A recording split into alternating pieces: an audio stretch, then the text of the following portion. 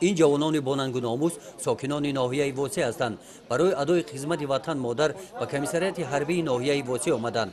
آنها خواهش دارند که به صفهای قوه‌های مسلح جمهوری تاجیکستان رفته صادقانه خدمت نموده قرض شهروندی خود را با سری بلند ادا نمایند. من خدمت حربی را دوست می‌دارم. ما خدمت رو نکنیم که می‌کند خدمت ما رو. خدمت پدر و مادر برای هر جوان مرد فرض است. خدمت وطن چی؟ خدمت وطن هم مثل همون.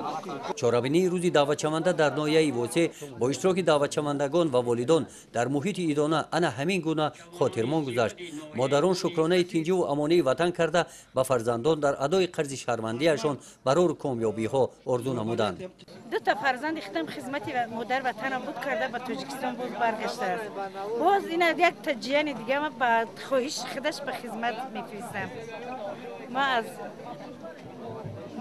رهبر دولت میندارگی خودمون بیان میکنیم که برای فرزندای ما خیلی بهبودی دنیای تینجی و بودی کرده است. باز میخوایم که همه مادران فرزنداشون به خدمت بفرستند. با سری بلند و گشته به پیش پدر مادرشون بیان. در چهاربینی بخشیده به روز دعوت شونده نمایندگان مقامات اجرایی حکومت دولتی ناحیه، پروکرور ناحیه، سردار شعبه وزارت کارهای داخلی در ناحیه واسه، سابقه‌داران مهنت اشتراک داشتند.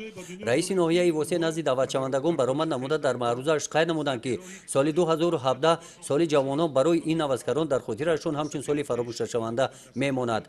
در این سال از نام رهبریت خدمت‌های نظامی که جوانان ناحیه واسه در آنجا خدمت وطن مادر ادا نموده ایستادند، به عنوان مقامات اجرایی حکومت دولتی ناحیه افتخارنامه ها وارد می‌گردند.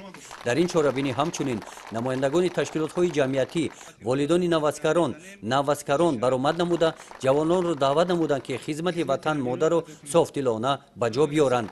در جنبش کارمندان اداره فرهنگ ناحیه با برنامه کنسرتی نزد دعوتشوندگان برآمد نموده آنها را با رقص و سرود گسیل نمودند. گزارش خواجه نظریف خدای نظر ظهوروف از ناحیه واسه برای برنامه اطلاعات نوید.